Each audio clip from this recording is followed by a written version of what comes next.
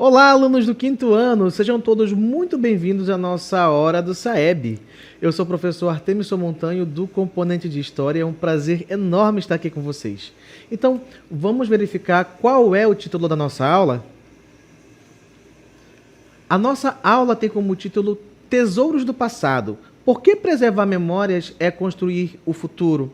E no nosso conteúdo nós vamos verificar um pouco sobre as fontes históricas, tá bom? Então, vamos ao nosso praticando?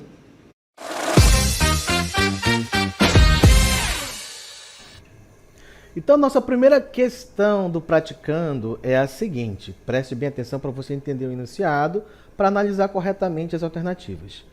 Os museus guardam objetos antigos, como ferramentas, roupas e fotografias.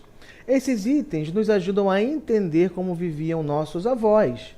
Sem eles, perderíamos parte da nossa história e não saberíamos como nossas tradições começaram.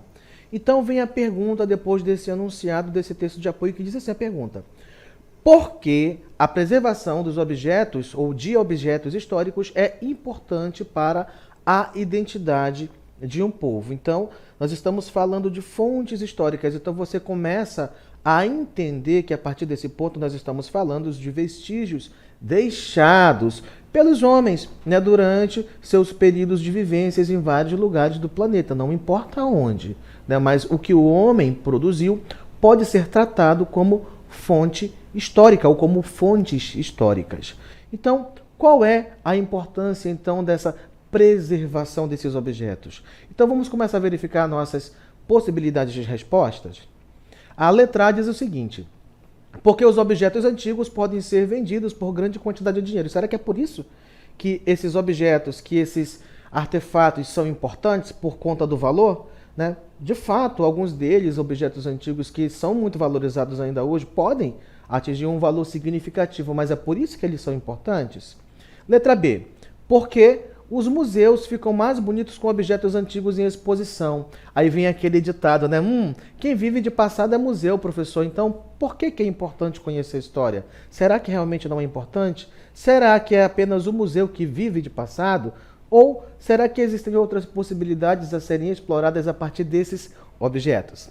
Na letra C diz o seguinte: porque isso evita que as pessoas esqueçam como usar as ferramentas antigas. Será que é isso? São questões controversas aí que a gente tem que analisar com calma para saber se elas fazem sentido ou não. E a letra D diz assim: porque eles ajudam a manter viva a memória e as tradições de uma comunidade. Então, qual dessas alternativas melhor se encaixa no papel referente à importância da preservação das chamadas fontes históricas, não é? Que podem ser qualquer tipo de produção humana.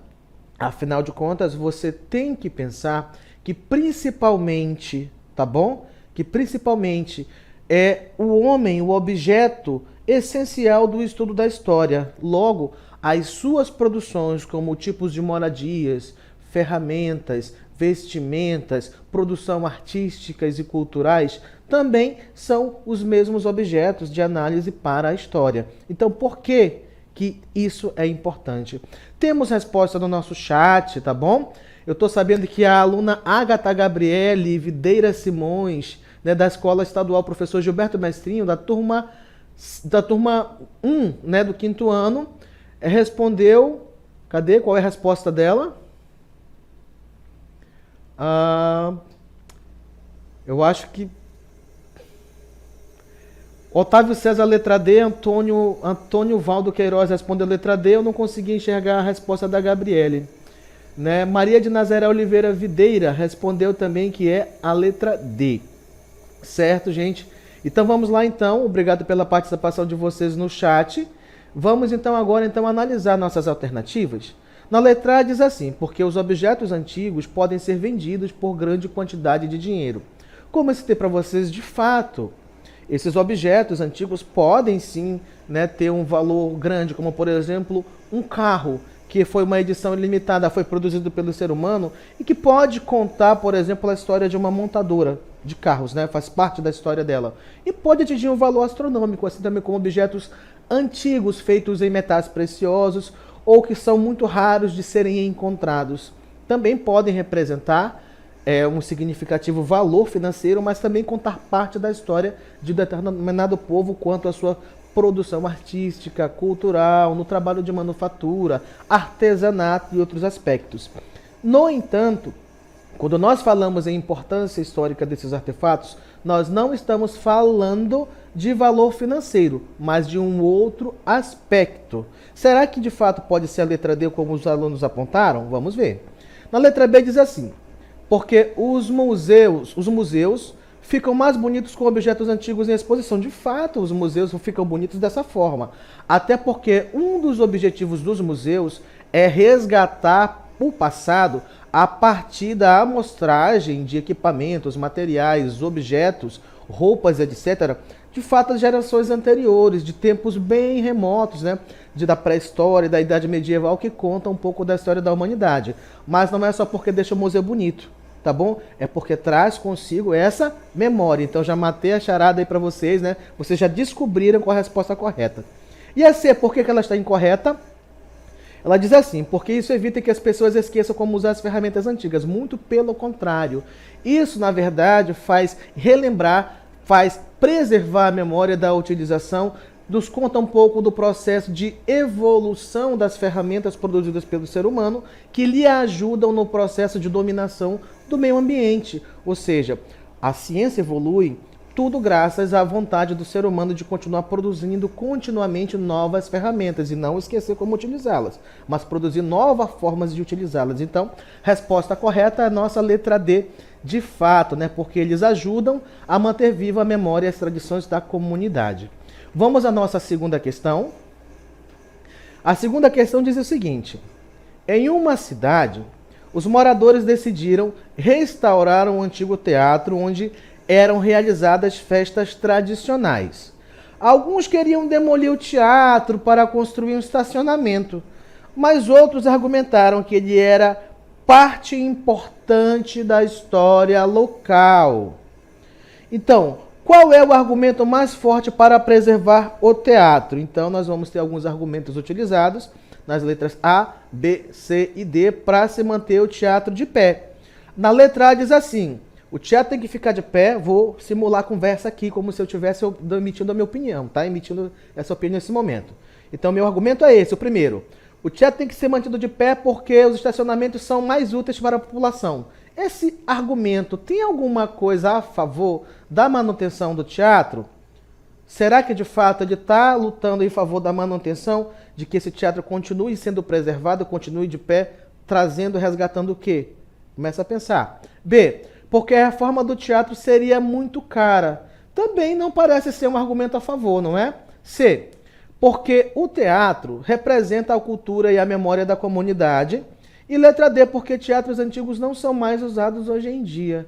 Então, qual desses argumentos, de fato, é essencial, falando do ponto de vista histórico, enquanto das questões, das fontes históricas que nós estamos verificando, para manter o teatro em pé? Por que ele seria importante?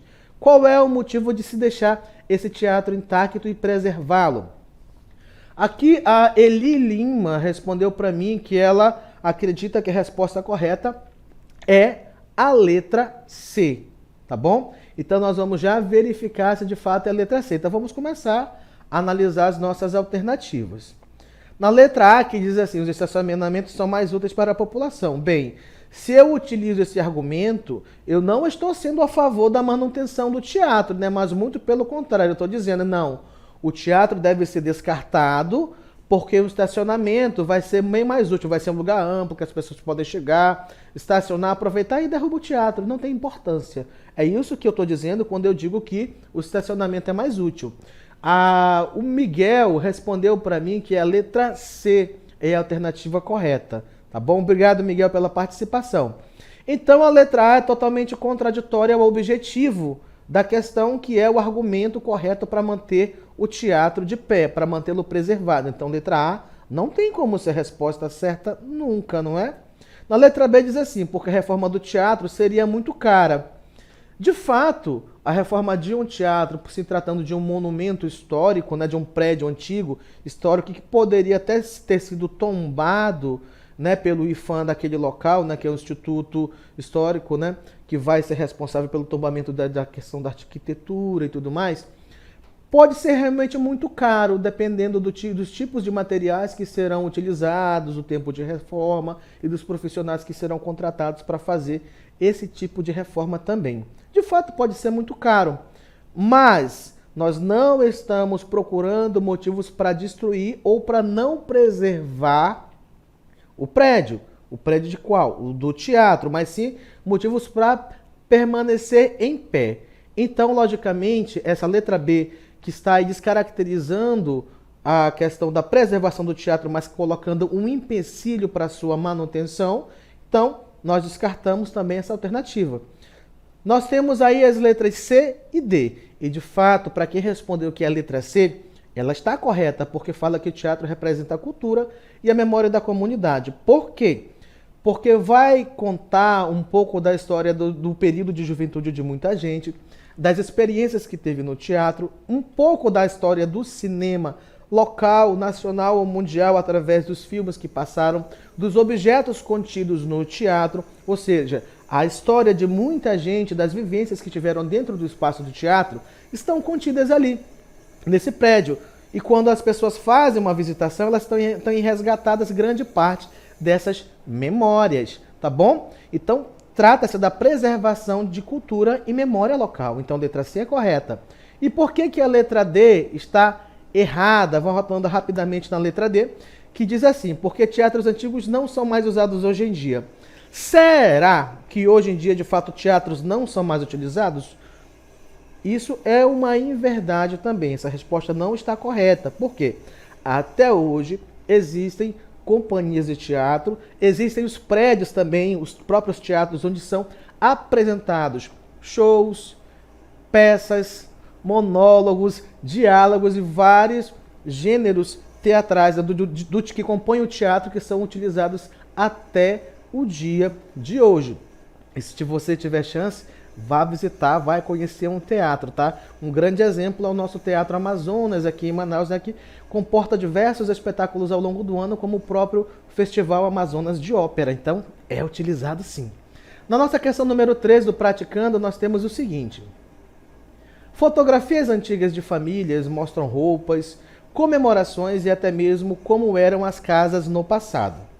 Essas imagens nos fazem refletir sobre o que mudou e o que permaneceu nas nossas vidas. Qual das alternativas melhor explica por que fotos antigas são fontes históricas importantes? Lembrando que tanto prédios, roupas, fotografias, textos, as produções do ser humano ao longo do tempo, de suas vivências, de épocas, períodos históricos diferentes, todos podem ser tratados como vestígios e fontes históricas também. Ok?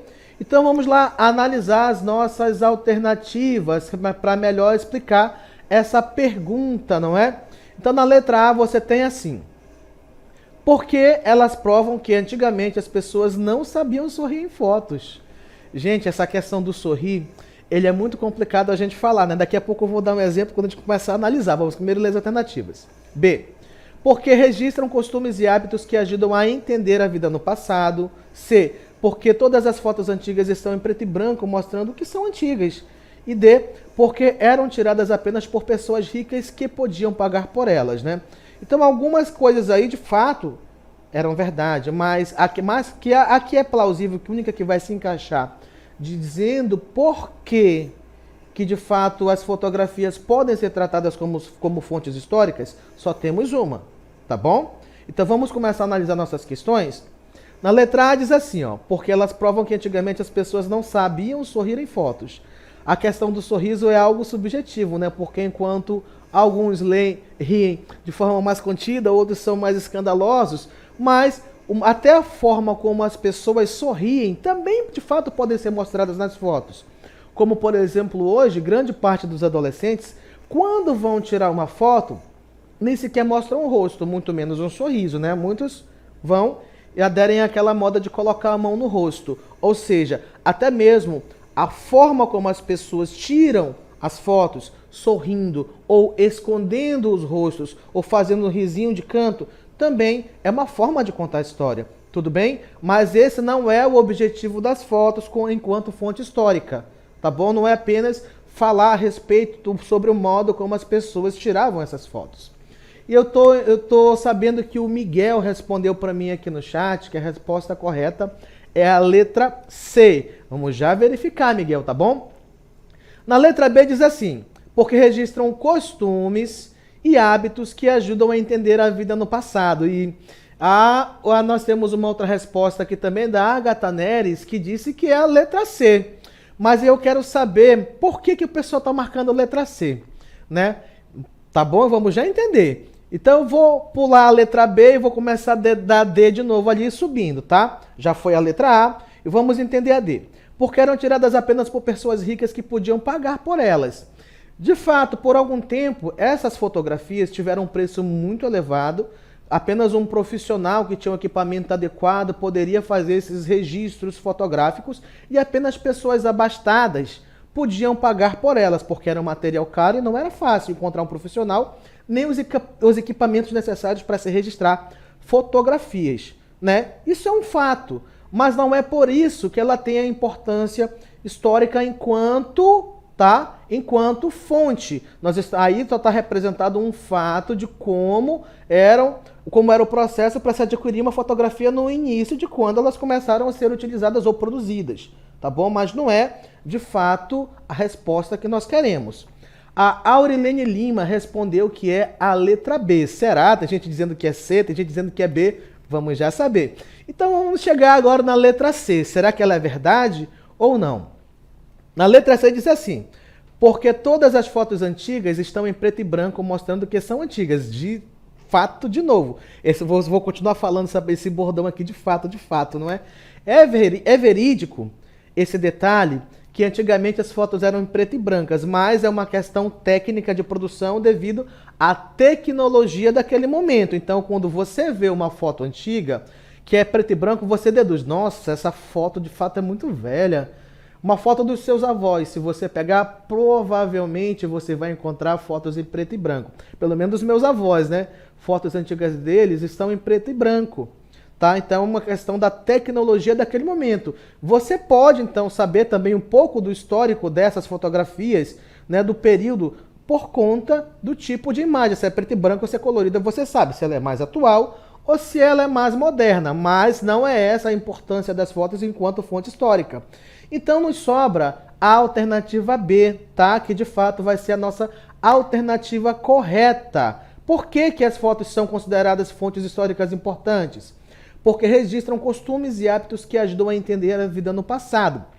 Como, por exemplo, momentos em família, como as pessoas se vestiam, como elas se comportavam em determinados eventos sociais, como aniversários, casamentos, batizados, reuniões de família, festas de fim de ano como Natal, Ano Novo, e também, claro, o processo inclusive de construção das cidades.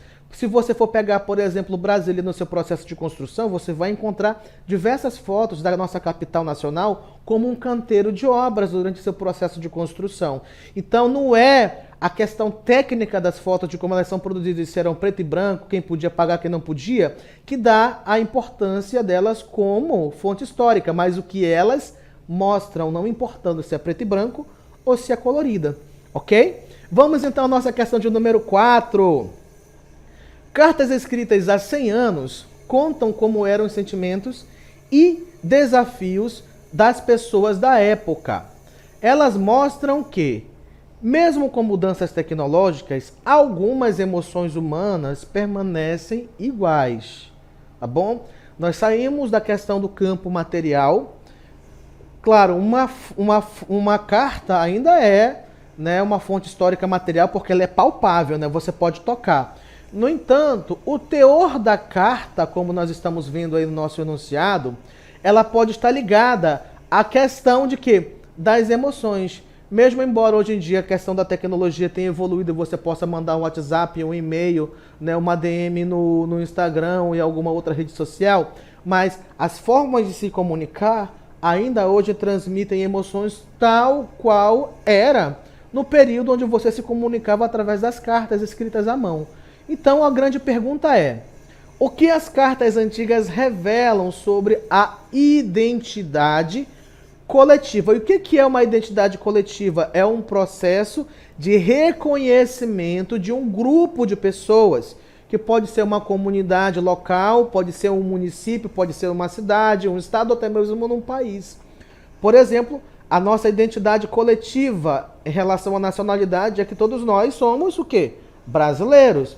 Em relação ao estado é que nós somos amazonenses, pelo menos quem nasceu aqui, não é? E quem nasceu no Brasil também é brasileiro, quem nasceu no Amazonas é amazonense. Quem nasceu em Manaus é o quê? Manauara. E quem nasceu nos demais municípios também vai ter seus devidos adjetivos dependendo da sua origem. Então é isso que nós estamos falando, de identidades coletivas. Mas essas identidades coletivas podem ser expressadas não somente através do fato material, como por exemplo a questão do reconhecimento da bandeira, de estar num país fisicamente, mas também por outros elementos, como as questões emocionais que são evocadas a partir, tá bom, de objetos, como por exemplo as chamadas fontes históricas, como essas cartas que estão sendo citadas aqui. E as nossas alternativas são as seguintes: que partilhamos, o que essas cartas mostram? Que partilhamos sentimentos e experiências com as gerações passadas, que as pessoas antigas não sabiam escrever direito, nem preservar memórias, que todas as cartas eram escritas pelos governantes, por isso são importantes, que o papel antigo era mais resistente e de melhor qualidade que o atual. Qual dessas alternativas, de fato, está relacionada ao fato de que as cartas antigas revelam sobre a nossa identidade coletiva? O que elas revelam? Elas revelam todas essas questões pontuadas aí? Vamos verificar. Então vamos começar a analisar da nossa letra D, de baixo para cima, tá? Então na letra D diz assim, que o papel antigo era mais resistente e de melhor qualidade que o atual.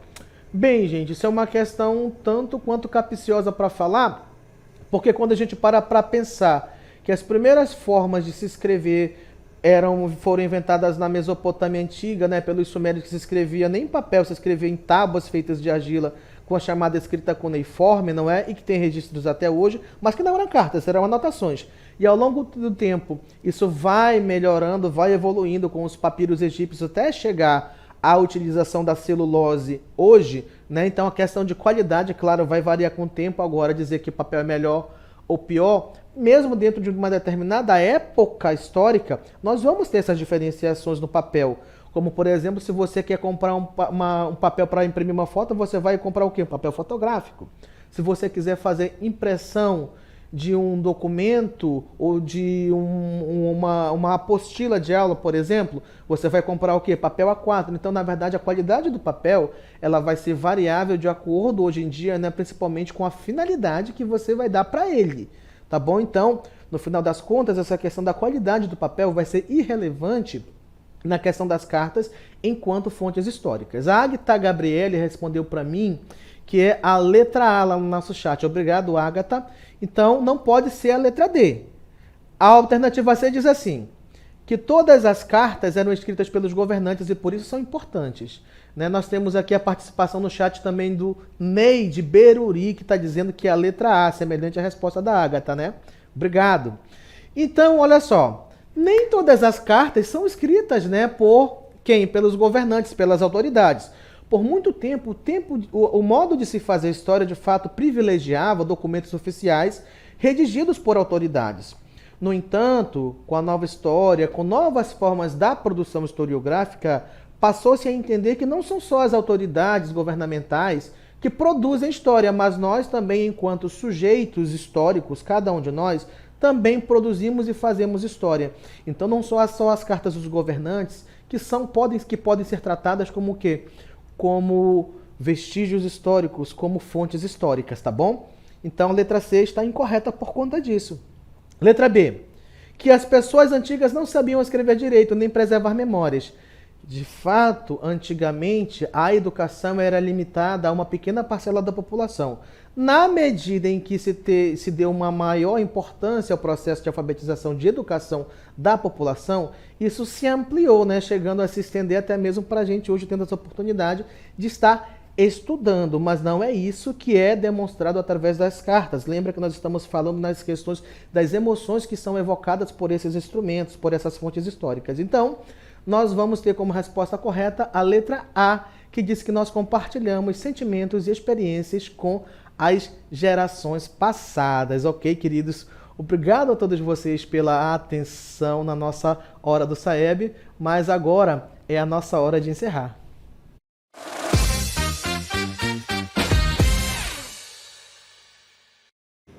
Então, queridos, na aula de hoje nós verificamos um pouco a respeito das chamadas fontes históricas e também entendemos que essas fontes são usadas para o processo de construção da história. E a história tem como principal objeto o homem, ou seja, as nossas ações ao longo do tempo, sejam elas benéficas ou maléficas, não importa qual, todas se tornam objetos de estudo da história.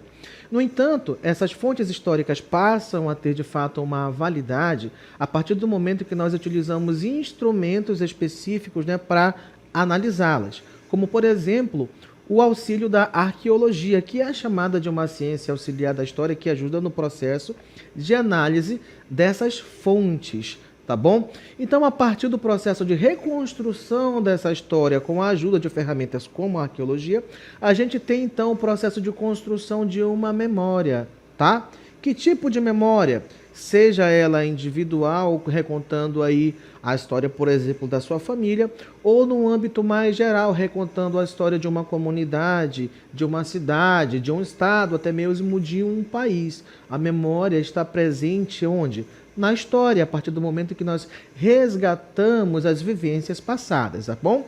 E a partir desse resgate de memória, a gente tem então o processo de construção de uma identidade, que pode ser também no âmbito local, no caso na cidade onde você mora, ou então uma construção de identidade nacional com elementos que são utilizados para dar esse sentido de pertencimento, de nacionalidade, como por exemplo a questão da bandeira nacional, quando você olha para a bandeira verde e amarelo, cheia de estrelinhas, você olha ali, essa é a bandeira do meu país, é a bandeira do Brasil. Então você tem aquele sentimento de pertencimento, de nacionalidade, de você ser brasileiro.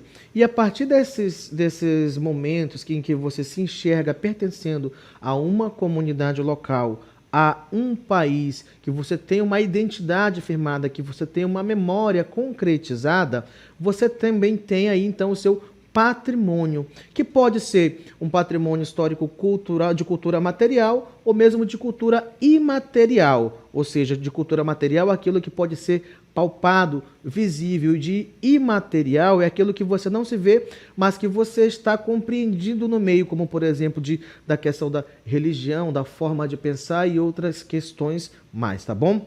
Mas, queridos, antes de encerrar, eu tenho um recadinho para vocês, então fica de olho no recado.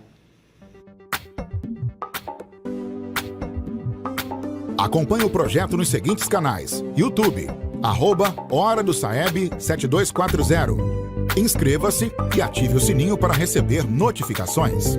IPTV, Hora do Saeb. Para compartilhar a participação da sua escola na plataforma Saber Mais, aponte a câmera do seu celular para o QR Code para acessar a plataforma.